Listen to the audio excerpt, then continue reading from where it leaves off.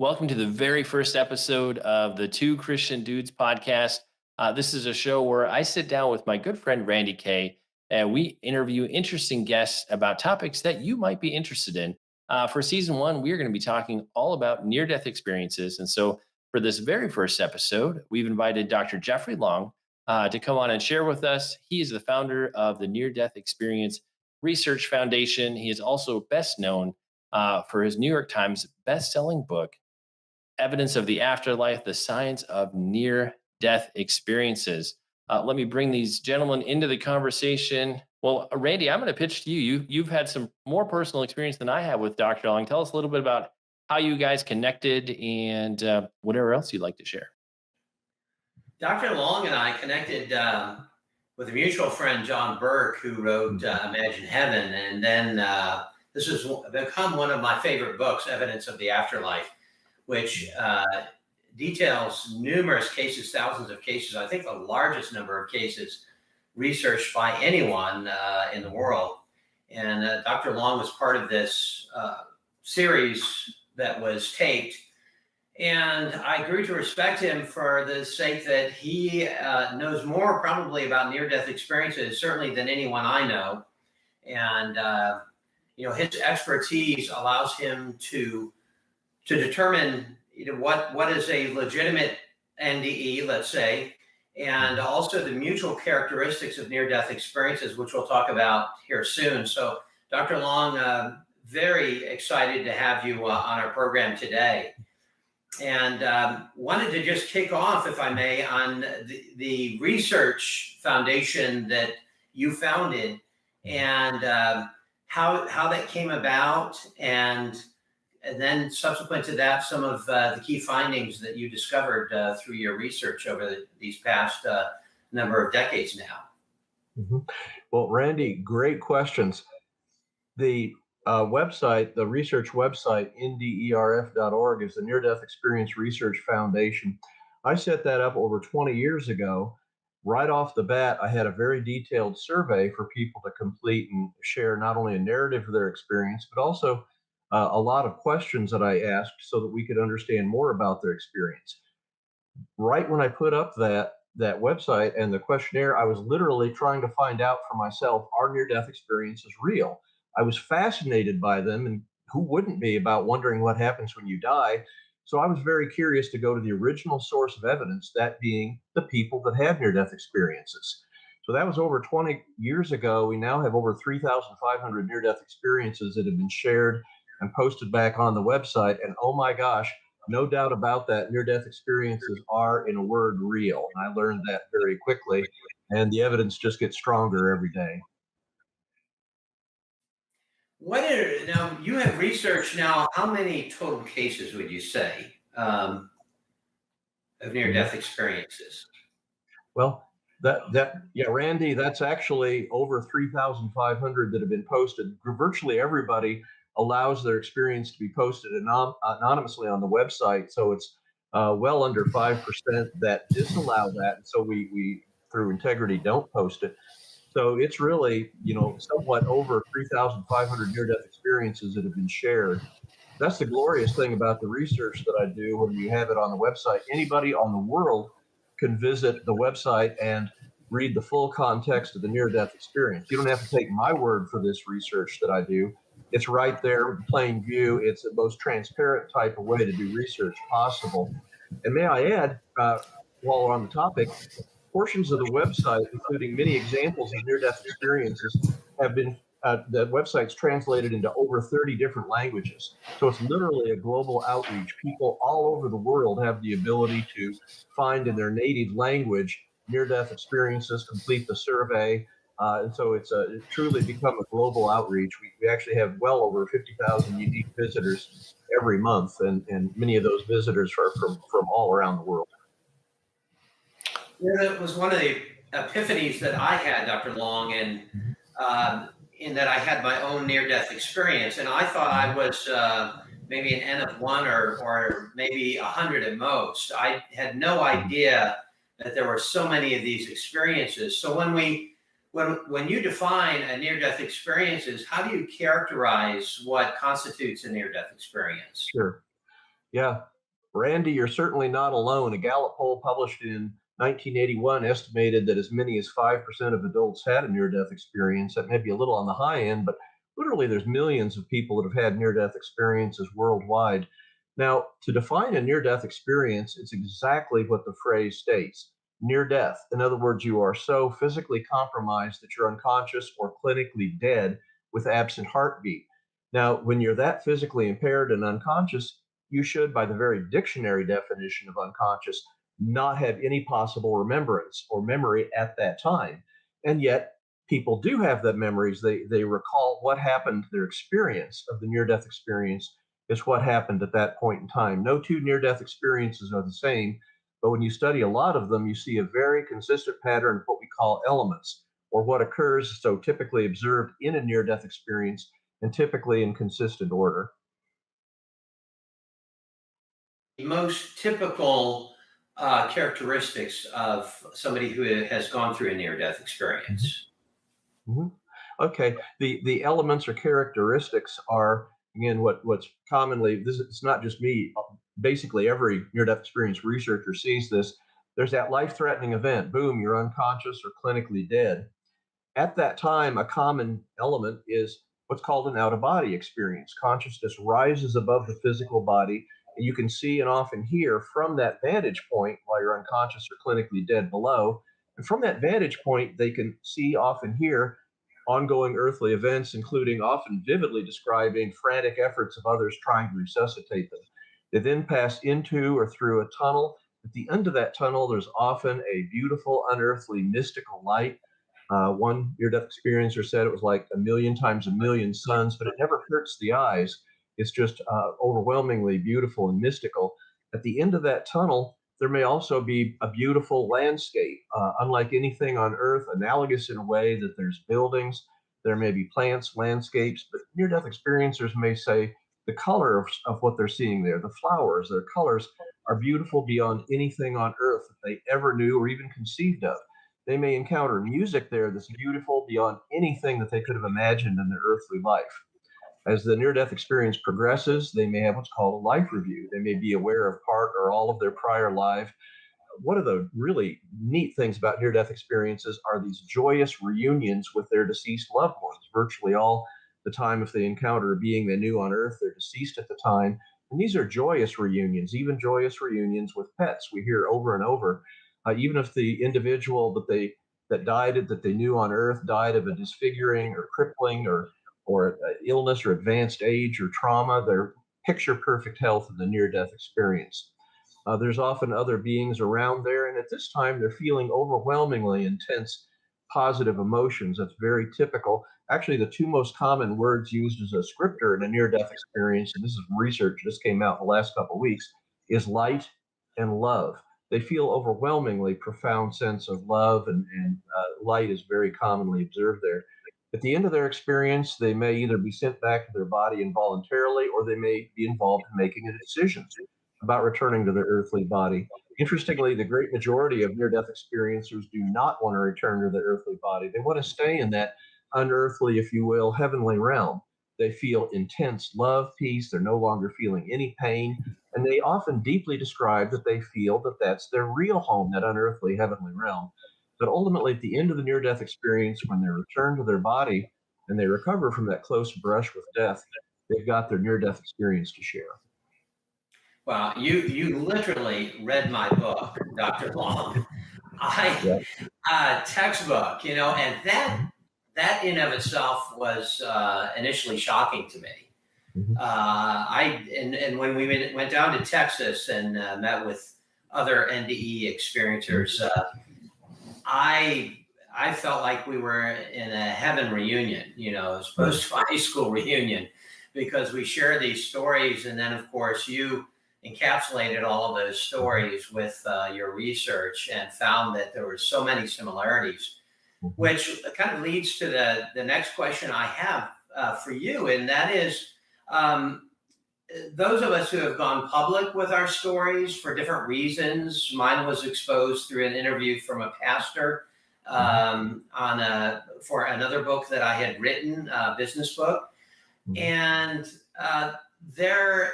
is a degree of skepticism. Obviously, some of it is merited, some of it is just from a biased perspective, and I can empathize with that because I was a skeptic of NDEs before I had my own.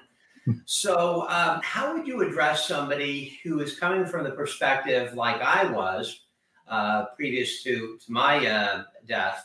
How do you address that person who says, I really do, whether it be from a scriptural standpoint or from, just the fact that it's imagined or it's a subconscious or something of that nature. Mhm. How do you validate that these things are real?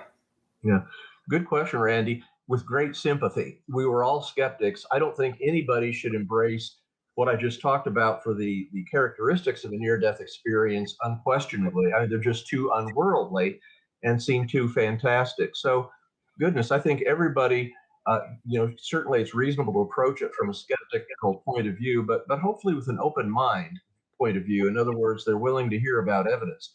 So you very quickly rattle off some of the evidence in my book. When you're in that out of body experience, what people see when they come back and check it out later, almost invariably, over 98% of the time in my research, it's real down to fine details. Even in that out of body experience during the near death experience, if their consciousness is aware of something far from their physical body, way beyond any physical sensory awareness, if they check it out later, it's real. We've had people blind, including totally blind from birth, have highly visual near death experiences, and that's impossible. You can also tell them, gee whiz, a very common precipitating event of near death experiences is cardiac arrest, heart attack, if you will, which means your heart stops beating. Well, it's a very well documented fact that the moment your heart stops beating, of course, immediately blood stops flowing to the brain. Within 10 to 20 seconds after a cardiac arrest, the EEG or electroencephalogram goes absolutely flat. There's no measurable brain electrical activity. It should be impossible to have a conscious lucid memory at that time. And yet, that's exactly the time that people by the hundreds that had cardiac arrest, had a near death experience, are describing others trying to resuscitate them or approaching them. So, all of this points to the reality of near death experience. And then finally, your heart may stop when you're under general anesthesia. And that, if you will, should be doubly impossible to have any conscious experience. And yet, they're very typical near death experiences. They have all the characteristics we talk about, and they absolutely do occur. So, all of this is absolutely impossible for physical brain function to be doing it. Near death experiences are, as virtually every near death experiencer believes, an experience of absolutely reality outside of anything possibly physical brain induced. Hmm. Sean, you have the perspective that's unique from either of us, from the clinical researcher with Dr. Long and somebody who has actually gone through a near death experience personally. So, what's your vantage? I know from you coming from that vantage point of not having, known much about it, or what you think about this and your take, because I know we've become friends through this process. You know my story very well. What do you think of all this? Yeah, and it's been interesting in the past 8, 9 years. I've talked to a number of people who've had near death experiences, heaven encounters, and everything else in between. And I think for me, I'm always looking, not unlike what Dr. Long has gone after, those common elements, those consistent things that are often a part of everybody's story. I typically want to explore maybe the question somebody else isn't going to answer. I found a lot of people who've had near death experiences. If they talk about they encountered Jesus, they'll want to know, well, what color was Jesus's eyes? What color was his hair? And they'll focus on very specific niche elements of the experience, as opposed. I'm more curious about the not only the overall experience, but how was somebody changed? How were they transformed on the other side of that experience? And one thing I've seen, I know from your story and others, where people come back with kind of, you might say, a special knowledge, or I've even encountered people who've had abilities they didn't have before they had their heaven encounter or their Jesus encounter. I have a good friend, Kevin Zadai, that we've worked with at both Harrison House and Destiny Image. After his heaven experience, he could play a bunch of musical instruments he didn't know how to play before he had his experience. So I'm curious, in your experience, Dr. Long, with the surveys, what sorts of things have people talked about, special knowledge, abilities, things that they hadn't had before their experience? Mhm. Yeah, I've just finished analyzing the most recent responses to our survey, 834 near death experiences, and we looked at a lot of what we call after effects. After effects are the changes that occur following near death experiences. I would emphasize they often take years for people to fully manifest these changes. And interestingly, the changes continue to be more pronounced years to even decades after their near death experience, which is almost unheard of with any other type of significant earthly life event. One thing that we notice is certainly they have a greatly increased belief in an afterlife. Overwhelmingly, people that have near death experiences, in fact, I just crunched the numbers within the last week.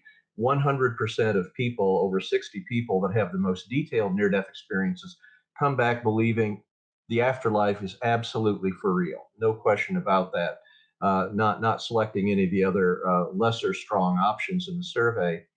So, not surprisingly, from the near death experiencer's point of view, of course they know there's an afterlife because they personally experienced it. They know what lies beyond death's door, and they know that it's wonderful. And so that's experience is convincing to them personally. Also, there's a greatly reduced fear of death. Again, we asked survey questions. What was their fear of death prior to their near death experience, and then later, an average of about 15 years later, when they share their near death experience? Overwhelming shift to a decreased fear of death for exactly the same reason. They know what lies after death. They know it's not to be feared. I think it gives them the courage to live their life out loud more wonderfully. They also have a dramatically increased example in response to compassion. They're living their life much more compassionately. Uh, Percentage wise, it's just startling. Even as a seasoned researcher, I look at the numbers like, this is incredible. It's far beyond any other single life event that I can think of that changes people's attitudes and beliefs in terms of uh, increased belief of an afterlife, decreased fear of death, and increased compassion in living their earthly life. I can't think of any single life event that comes close other than a near death experience. We do have some people that describe sort of special abilities, and we have a narrative response where people do that. Part of this compassion or increased loving outreach they have to the world and to themselves too, I might add, is I think they're more aware, they're more attuned to people, they're more perspective, they value people more, and so I think they tend to be more attentive. I think an awful lot of the so-called after effects or special abilities comes from a lot of that sort of intuitive awareness is probably just they're picking up nonverbal cues, they're listening more, they're more aware, and I think that has to do with a lot of these after effects. I'm not totally convinced there's any off the chart, inexplicable paranormal things that happen, certainly not consistently. But certainly, this changes people profoundly. They become much more loving. They may leave unloving relationships and seek out loving relationships. That's not at all unusual. They may leave their vocation they're in if they can't manifest their new values and seek out a new vocation. So the after effects are typically very powerful, very long lasting, and can literally completely change people from the perspective of others around them. And what about the enduring nature of these memories? I can't remember what I ate for lunch yesterday half the time, but it seems more often than not, people with these afterlife near death experiences, they have very vivid, intense. Like you ask them about it, and they're right back there in that moment. Why do you think these memories are so enduring for people? Yeah. And that's a great question, Sean. There's no question that the memory of a near death experience is profoundly different from other types of earthly memory. Two major studies looked at that. One was the prospective study of Dr. von Lommel, published quite a while ago. He interviewed people that had over 60 people that had a near death experience within the first few weeks after their life threatening event, 2 and 7 years later. And he found that their remembrance of near death experience, which he obviously recorded as part of his research, was absolutely verbatim, word for word accurate in comparing people sharing their experience 7 years later.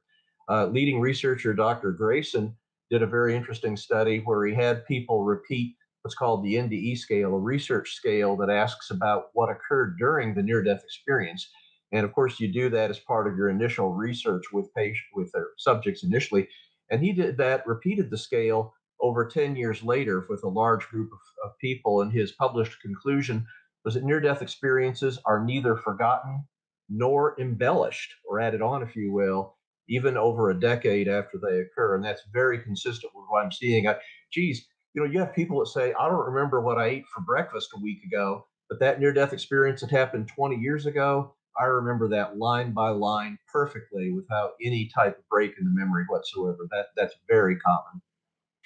Dr. Long, that's funny that you say that, because the older I get, the more vivid my memory of heaven seems to be, in contrast to my loss of memory in other areas.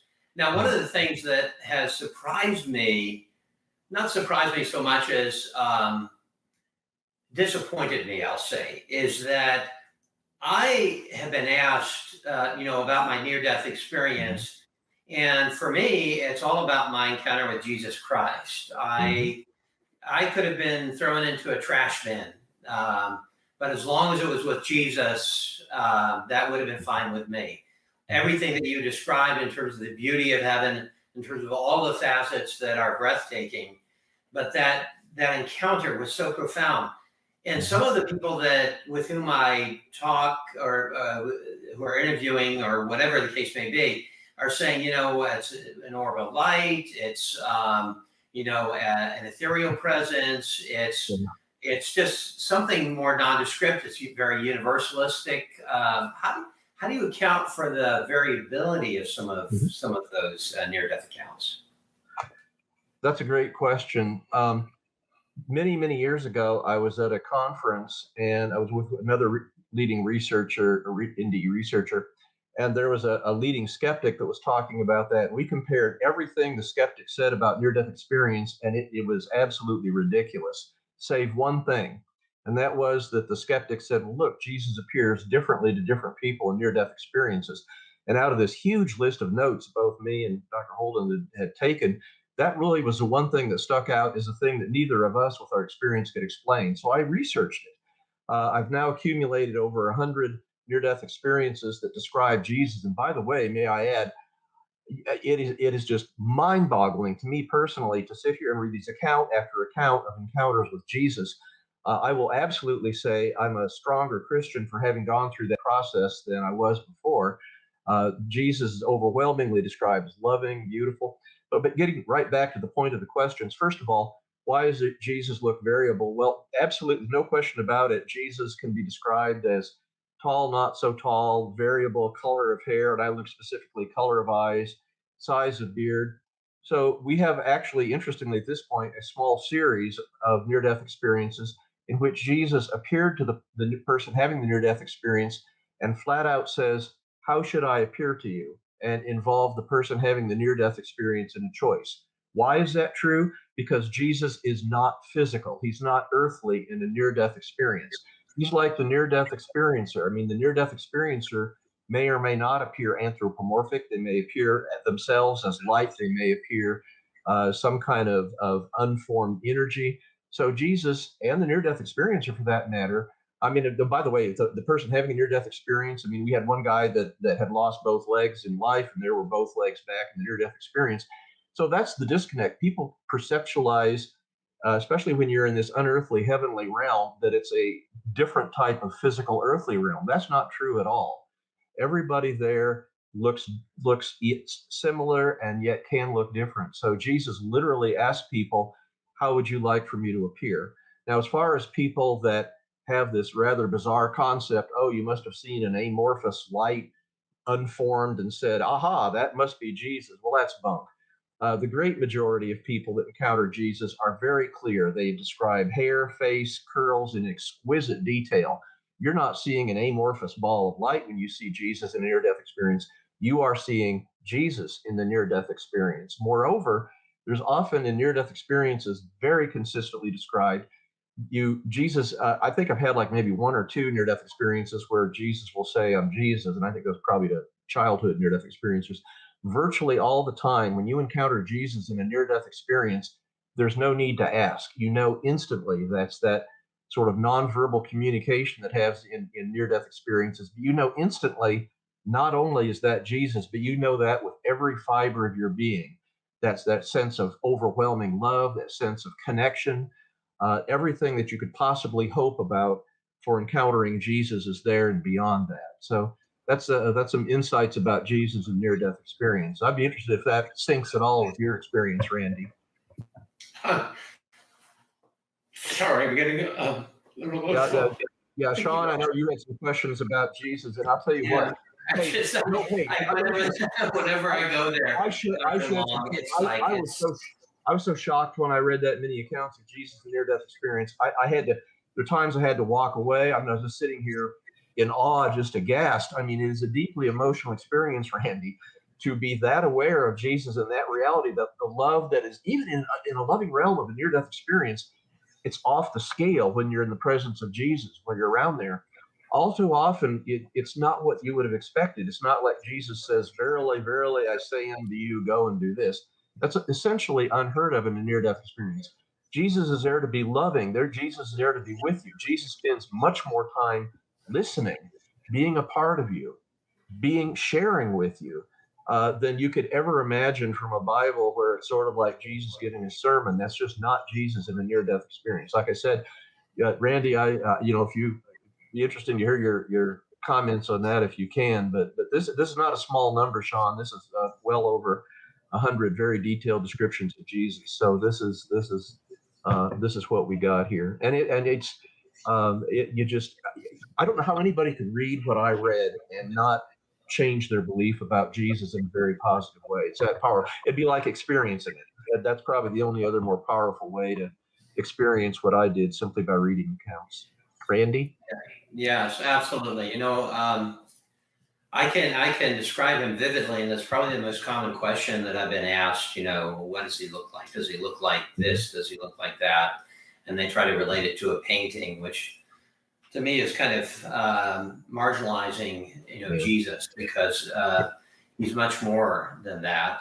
But one of the things that really impressed me about my encounter with Jesus was that he never, and this may be a surprise to some, he never said "I love you," because that love was That's a good was point. just a part and parcel of everything he was and everything he did. So he didn't have to say "I love you."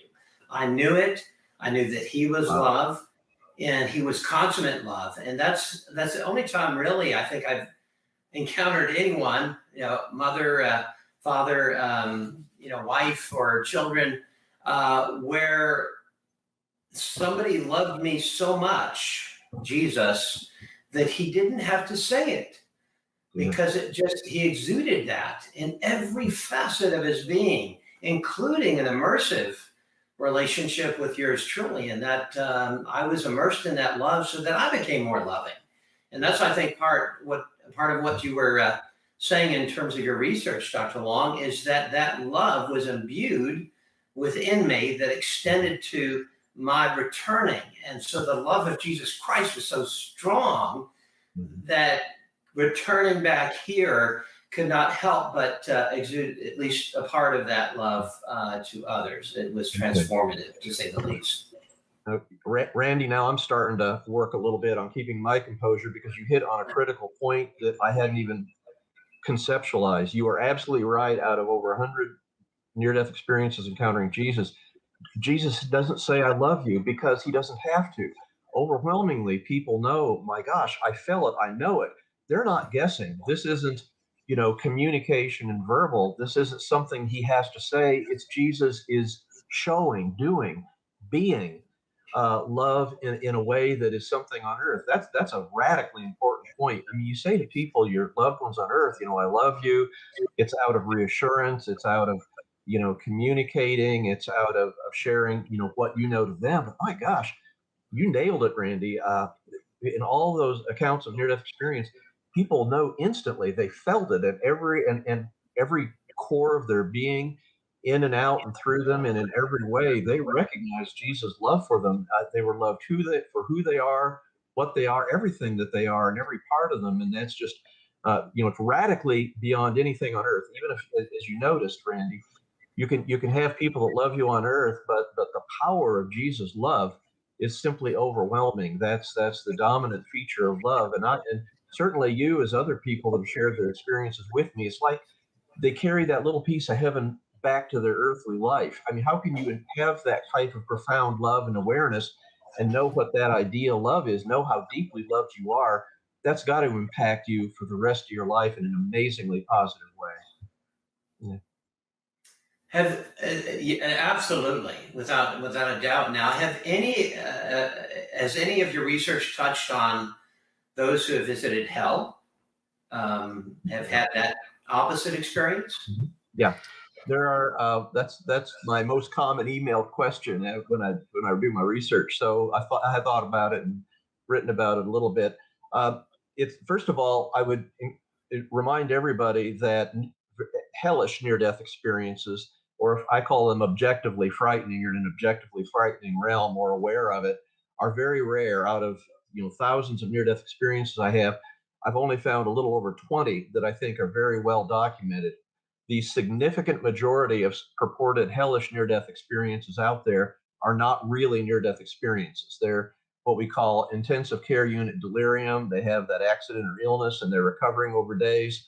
And it's not at all uncommon for people to have frightening, hellish experiences, even while they're in an intensive care unit for a whole host of reasons. It's a very well recognized medical phenomena. And that is much more common than true near death experiences that are hellish. But so always be careful about that. However, there absolutely are some rare hellish near-death experiences. There's sort of two classes of those.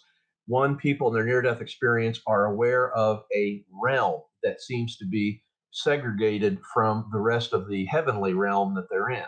So they may be moving along typically with another spiritual being, and they're aware that that's a place they don't want to visit. There's communication. That's a very awful place there. You don't want any part of that. So there's some awareness that there's a separate segment of that they're aware of that's, if you will, visible to them in heaven, but absolutely not a part of heaven. So when people say there cannot possibly be hell in a heavenly realm, that's absolutely true. This hellish realm seems to be, from external observation, sort of discrete and apart from heaven. And then about the other half of people actually were experiencing the hellish realm. And the most frightening stuff I've seen in my life is not anything I saw in horror movies or read in a horrible, terrifying book, but are some of these descriptions of hell, and they are awful. It's everything: sight, sound, the smells, the terror.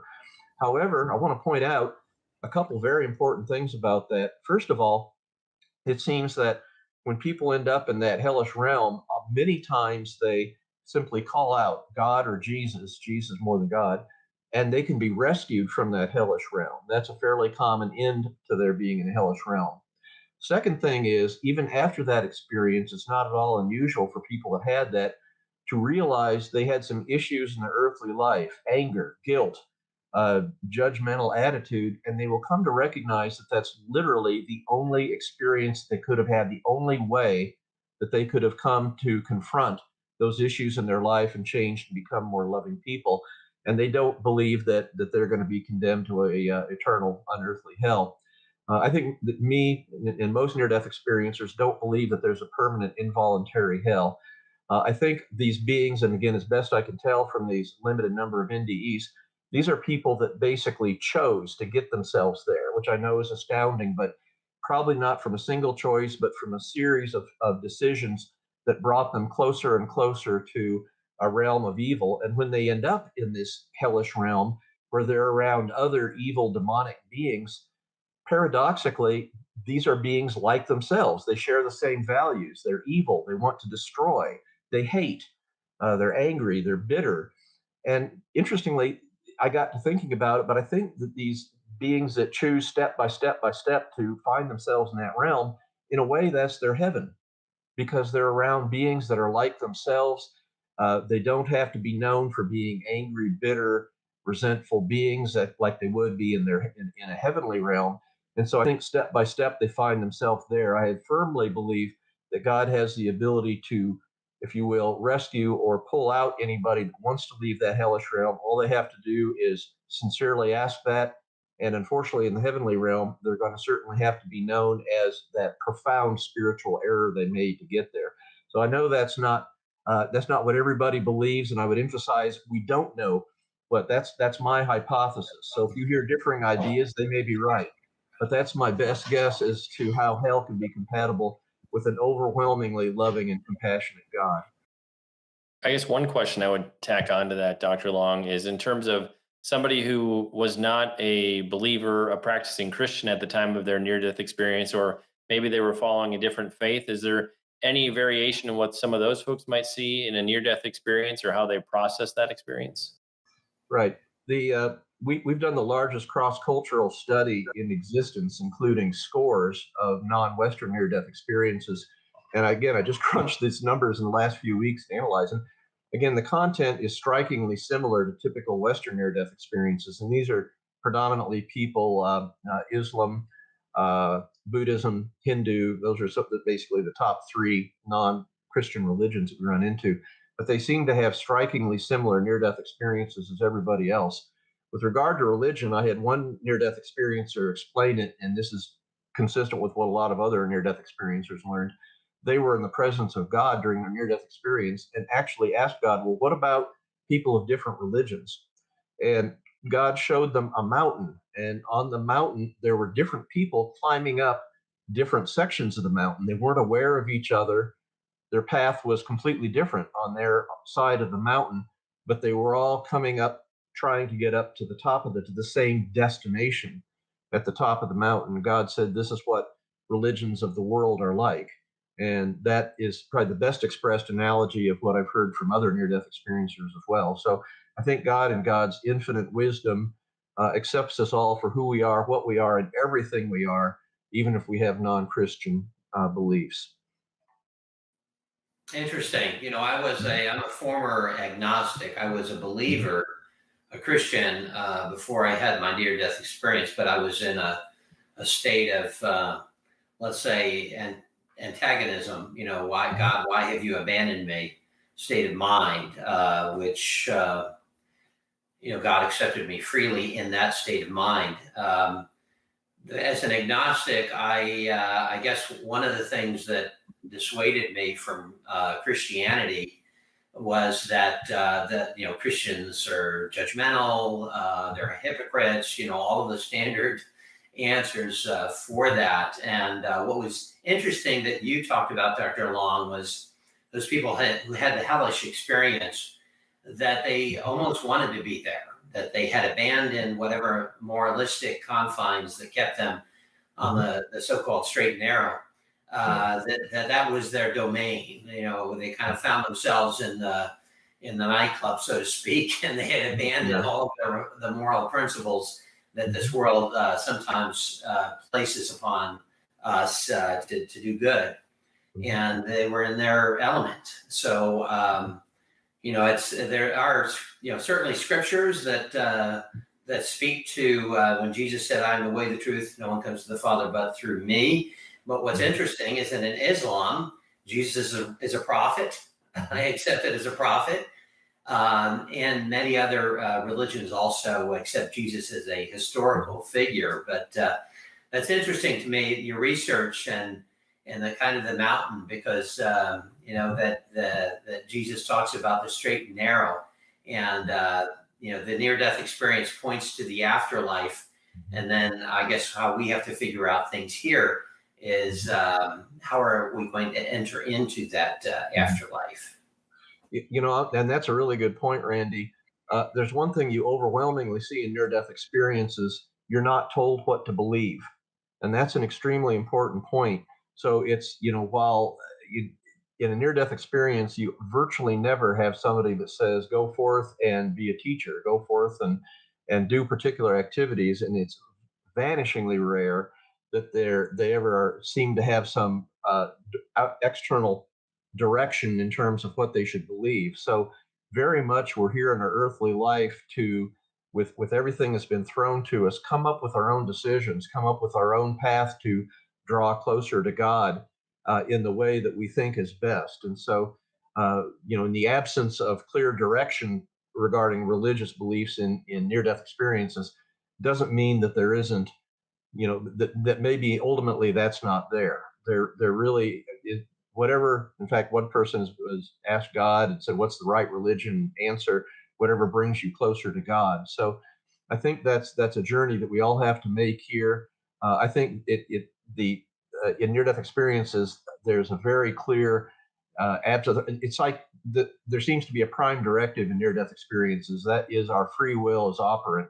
In other words, and to have free will, we can't be led or directed down too narrow of a path from the wisdom of near-death experiences. So I think that's part of a loving, creator interacting with those persons having the near-death experience. So, I'm not saying that there are some religions that don't. I mean, ancient Roman religions, part of it was, you have the baby, you hold them out over a ledge, have the baby grab your arm, and if they weren't strong enough, they'd fall to their death, and other kind of belief systems like that. And I think we all recognize that now with eyes of 21st century that that's wrong. So I think it certainly behooves every person to get that proper path that makes the most sense and certainly manifests love in the earthly life and is closest to reality the best. And that's there's not as direct a path defined in near-death experience as you do think, with the notable exception of Jesus being a beacon on the path. Very interesting. It's Mhm. Sean. I know you're smiling there, and this has got to be for our viewers. They're just soaking this stuff in, and Mhm. some entered in maybe as more skeptical, and others were like, "I want more. Just give it to me." And for the broad spectrum of people that might be viewing this and listening to you, Dr. Long, Mhm. I think that what would you kind of encapsulate for the person watching this to say as the greatest takeaway, kind of synthesizing everything, because you have more information probably than anybody on earth in terms of these things. Is there Yeah. anything that you might encapsulate and say, okay, this is the biggest takeaway from these thousands of experiences? Sure. Oh, absolutely. Great question, Randy. Um, no one has to believe anything I say about near-death experiences. There's no substitute for reading them yourself. A good resource would be to go to the website nderf.org, and then go to at the top under experiences, go to the link for exceptional experiences. And I think by the time you've read 30 or even 20, I think you're going to very quickly see the deeper messages in near-death experiences in a way that I simply can't convey or don't have the time to convey here today. So there's no substitute for reading them, thinking about them, and if you feel it's appropriate to respond to them in some positive way, well, join the club. That's it's been found that teaching near-death experiences, for example, in a variety either colleges, medical schools, there's been some studies out there that finds that even teaching them and certainly reading about them can really result in positive changes, if you will, after effects to some degree. So I sure encourage people to explore that on their own. Certainly, there's plenty of good books out there, many others than mine. Um, but find out for yourself, research, be curious, wonder about the fact that people that have near-death experiences, out of the 834 that shared most recently on a most recent survey, 93.8% said their experience was definitely real. And these are near death experiencers from all walks of life. So there's certainly a message in there. I think it's a message that speaks to everybody around the world. It's just a message of, it's up to you as to what the message is and when the message occurs. And I think I think ultimately near death experiences deeply understood. It's perhaps the most profoundly positive message for all of humanity as a whole that I can even conceive of. Wow. I do a fair number of eulogies and visiting Mhm. those who are sick and Mhm. at the cusp of death within the hospital or the home, even. And one of the things that I've noticed, just anecdotally, is that those who were prepared with a firm conviction of what would happen after this life, they knew where they were going. That those are the ones, certainly, and it's common sense, of course, but those are the Mhm. ones that transition best and dealt with Mhm. what is typically a very traumatic experience, that is dying and death. Yeah. So, bottom line, I guess, is, these are the people who have been there, done that, if you will. Yeah. And so, the plethora of stories that are out there that speak to that. And so being prepared for that, because the Bible teaches us that there's no promise of a tomorrow, and that it could happen anytime. But also, it's just good to, I think, deal with these issues, because there's a peace that comes as a result, I think, from people who understand that death is not the end all. Yeah. If only people could believe, as near-death experiencers are almost uniformly believe. Amazingly, less than 1% of people that have a near-death experience, when they share it, select that they moderately or greatly fear death. I mean, it's almost eliminates a significant fear of death. If only the entire world had that confidence in an afterlife, that absent fear of death, as people that have near-death experiences are, what a profoundly positive change it would be in this world for people to, help die with dignity, be incredibly reassuring to their friends, family, and loved ones during that process. I mean, you and I both do that, of course, as a physician that treats cancer patients. I deal with that every day in my professional life too. Yeah, we had a Bible study on. We have a lot of in San Diego. All of the military branches are represented here, and so the Bible studies that used the story that I presented and talked about, dying to meet Jesus, and that they found, there were several told me they found that to be helpful when they went into battle, Mm. that it alleviated maybe some of the PTSD that Mhm. some were experiencing, because they knew whatever happened, it was going to be okay. It was going to be good, not just okay. Mm. It was But actually going to be great. yeah, well, that's fantastic. Thanks for sharing that. I mean, that's just a profound example of how understanding and afterlife, however you come to that understanding, and that it's a wonderful afterlife, and that death really isn't to be feared. I mean, as one near-death experiencer said, our earthly life is the boot camp of our eternal existence, and I think that's good for the military too, right there.